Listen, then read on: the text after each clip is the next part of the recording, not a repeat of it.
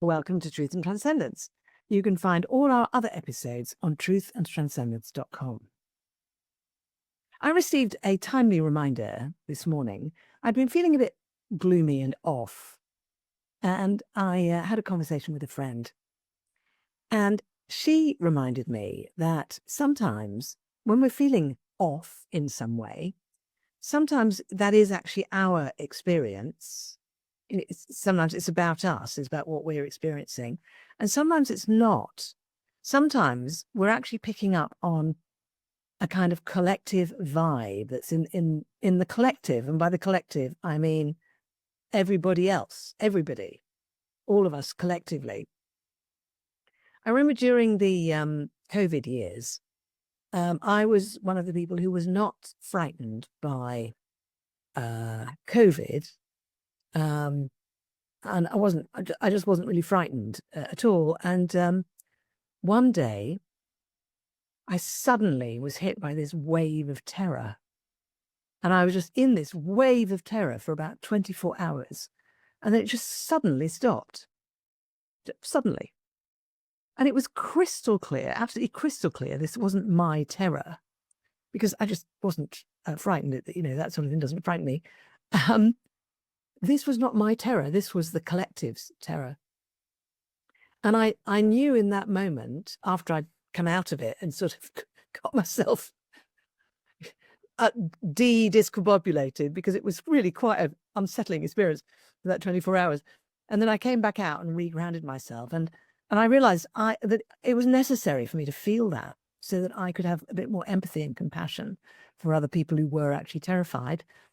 And that was really, really important that I had that experience. For some of us, it's part of our path and part of our calling to have an empathy for what's happening in the collective and to actually feel it as if it is our own feeling. And I think there are several reasons for that. This is just my point of view, and you may have other insights on this or other points of view in relationship to this. But my point of view on this is that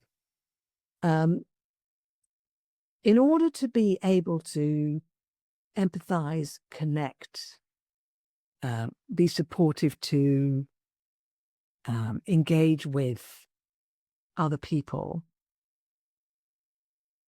it's necessary for us to have certain receptors in us open. And these are the receptors that are touched by the nature of what the type of thing that person is experiencing.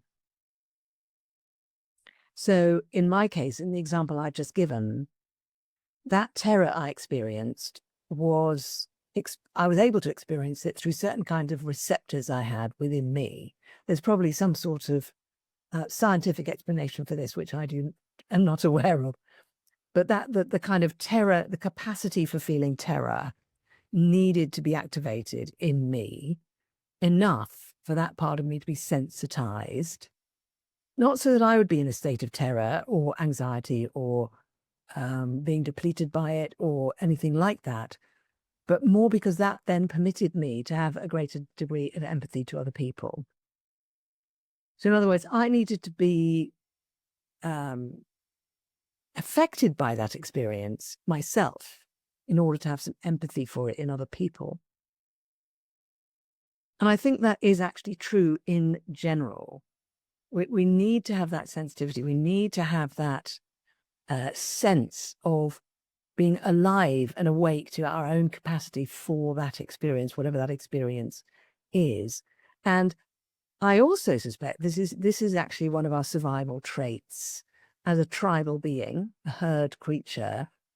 We need to be able to tune into the collective so that we can sense undercurrents, because those undercurrents are going to tell us what the collective needs, what the tribe needs from us. So let's say we're picking up on confusion. During my life, there have been periods of time when there was a lot of confusion. For example, when there's a financial crash, there's then a lot of confusion in the collective. So I had to actually experience some of that confusion myself. in that case, I was experiencing anyway. So, because I was also confused, um, but not as much as some people, because I was, earning a living. I was relatively comfortable at the time, but there was a great deal of confusion around. I needed to experience it so that I could then respond to people who were actually stuck in that confusion and provide whatever I could provide to help them with it. But I couldn't have done that if I couldn't actually feel in myself what was going on in the collective. So I think that makes sense. That's quite straightforward. That's about us having enough sensitivity to be relevant and to respond. But for us in the moment, let's say I'm on my own in my living room, and suddenly I get this uncomfortable feeling. How do I know if it's mine or if it belongs to the collective? And that is an interesting question. There's no short answer to that. Sometimes we don't know if it's us or if it's the collective. And in those moments, the thing to do is to simply ask the question.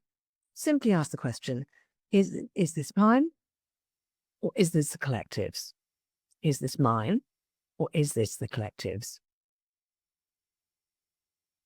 Now, the collective could be the group of people you're with, out for the evening with a group of people. There could be like a collective experience that you're picking up on. The collective could be you and your partner. It could be you and your family. It could be you and your company. It could be you and a community you're part of. Or it could be a much broader collective than that. It could be the society that you're in, the country you're in, the state you're in, the territory you're in. It could be any of those things, because these things exist on the micro level and the macro level. Because it's also possible that we can genuinely ourselves be experiencing several things all at the same time, all of which are our own, possibly. Love, fear, joy, anger, grief. It's possible to experience all those all at the same time and have it all be our own experience. It can feel very, unsettling and confusing to feel things like that all at once, but it's possible we can do it. Equally, the collective can be experiencing many things. But sometimes there's a polarizing effect.